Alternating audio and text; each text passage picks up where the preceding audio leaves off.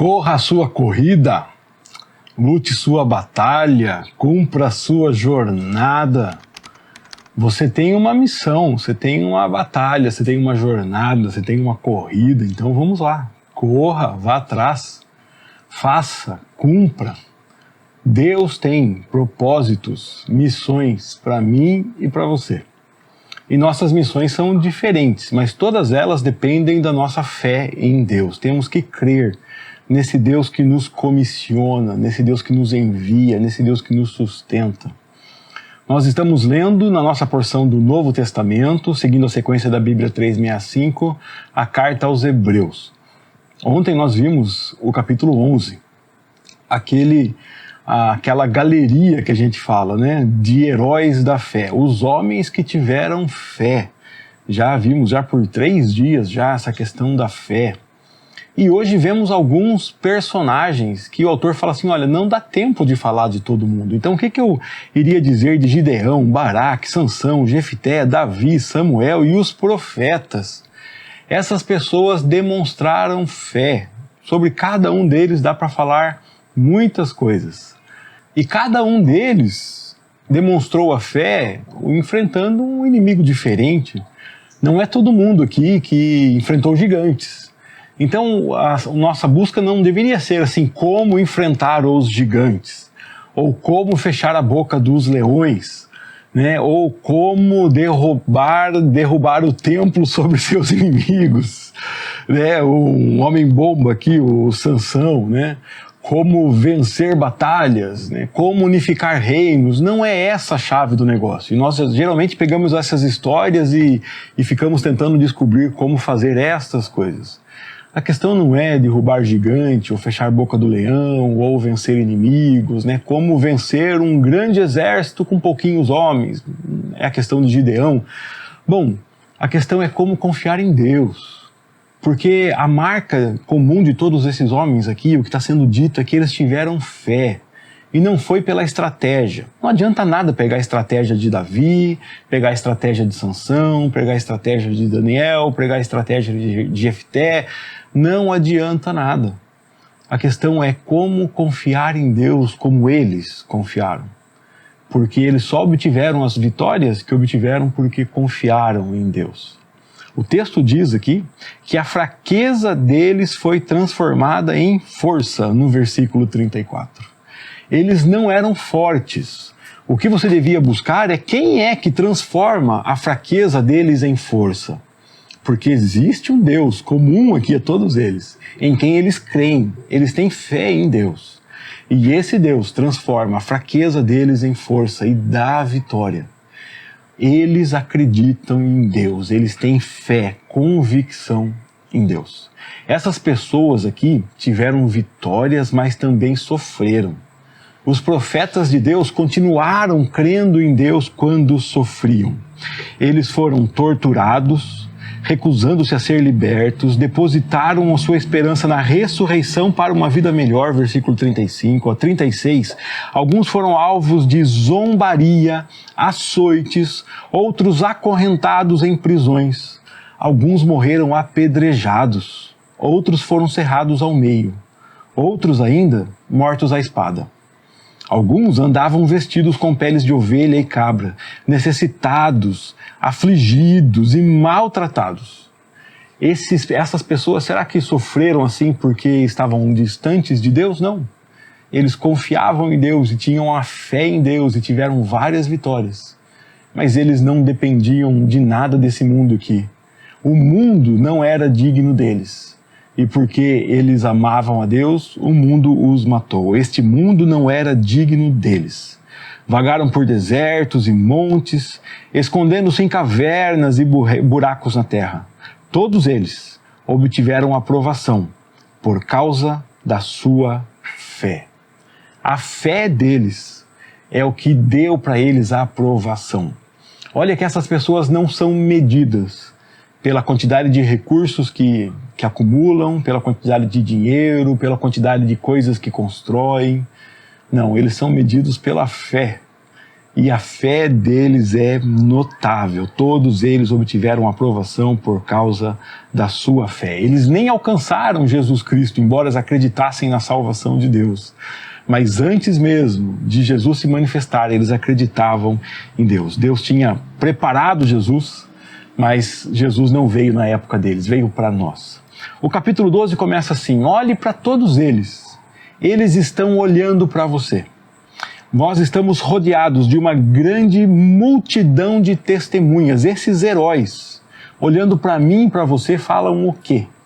Falam assim: olha, ele já sabe quem é Jesus e não tem fé. Nós lá atrás acreditávamos sem ter visto o Salvador, sem saber seu nome. Agora eles conhecem, eles têm o Espírito Santo e ainda duvidam.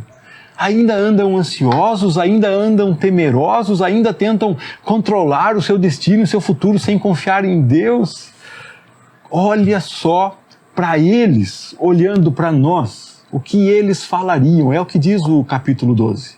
O capítulo 12 fala assim: então vamos tirar de nós todas as coisas que nos atrapalham. O que é que atrapalha você? É o medo? É a ansiedade?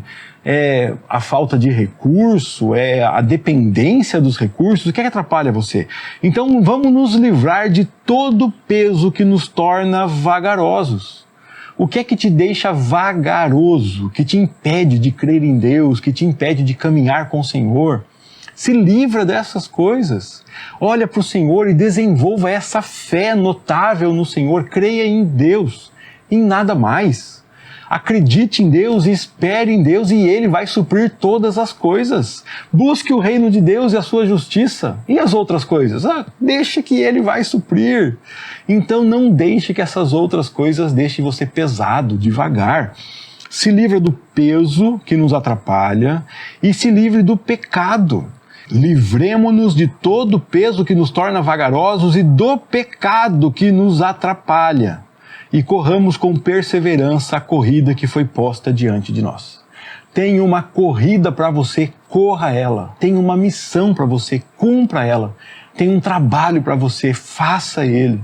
Deus tem missão para você, corrida para você, trabalho para você. Faça, cumpra, não demore. Mantenhamos o olhar firme em Jesus, o líder e aperfeiçoador da nossa fé. Por causa da alegria que esperava, ele suportou a cruz, sem se importar com a vergonha. Pense em todo o sofrimento que Jesus passou. E ele nos convida a pensarmos nesse sofrimento justamente para não ficarmos chocados com os sofrimentos que nós enfrentamos nessa luta aqui, nessa vida aqui cheia de lutas. Então olhe para Jesus. Ele começa falando para nós olharmos para os heróis do passado, que se nós olharmos para eles já deveríamos correr, né, olhando para Jesus, porque eles sofreram muito mais que nós. Então, o que nos prende? Vamos nos livrar de tudo que nos prende, vamos romper com esse pecado e vamos caminhar o que Deus preparou para nós, olhando para Jesus. Mas terá lutas e sofrimentos? Sim, Jesus também passou por lutas e sofrimentos. E por fim, o autor vai começar a dizer que essas lutas e esses sofrimentos não estão escondidos dos olhos de Deus e, na verdade, fazem parte do plano de Deus para transformar eu e você. As lutas e os sofrimentos daqueles heróis da fé foram justamente os momentos que despertaram a manifestação da fé deles. Nós vimos aqui Abraão, por exemplo, que tem uma fé elogiada. Por quê? Porque Deus colocou ele numa situação terrível, que eu não queria passar, que você não queria passar. Deus fala: sacrifique para mim seu único filho. Imagine que peso, imagine que dificuldade. E a Bíblia diz que não sabe como ele acreditava que Deus poderia talvez trazer o filho de volta, talvez impedir que morresse, mas Deus mandou fazer e ele acreditava e foi lá cumprir o que Deus pediu para ele fazer. Não foi fácil.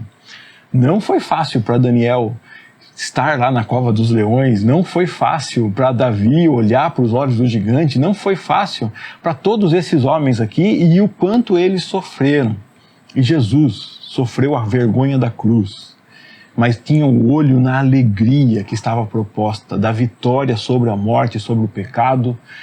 tinha o olho no cumprimento do plano de Deus de comprar a minha vida e a sua vida e nos levar para o Pai. Ninguém vai lá para o Pai se Jesus não levar. É Ele quem leva. Ele fala, ninguém vem ao Pai se eu não o trouxer. Ninguém vem. E ninguém vai a Jesus também se o Pai não der para Jesus. Então, olhe para esses sofrimentos e entenda que eles são todos maiores que o meu, maiores que o seu. E os nossos sofrimentos? O autor diz sobre disciplina aqui no versículo 7, né? Enquanto suportam essa disciplina de Deus, lembre-se de que Ele os trata como filhos.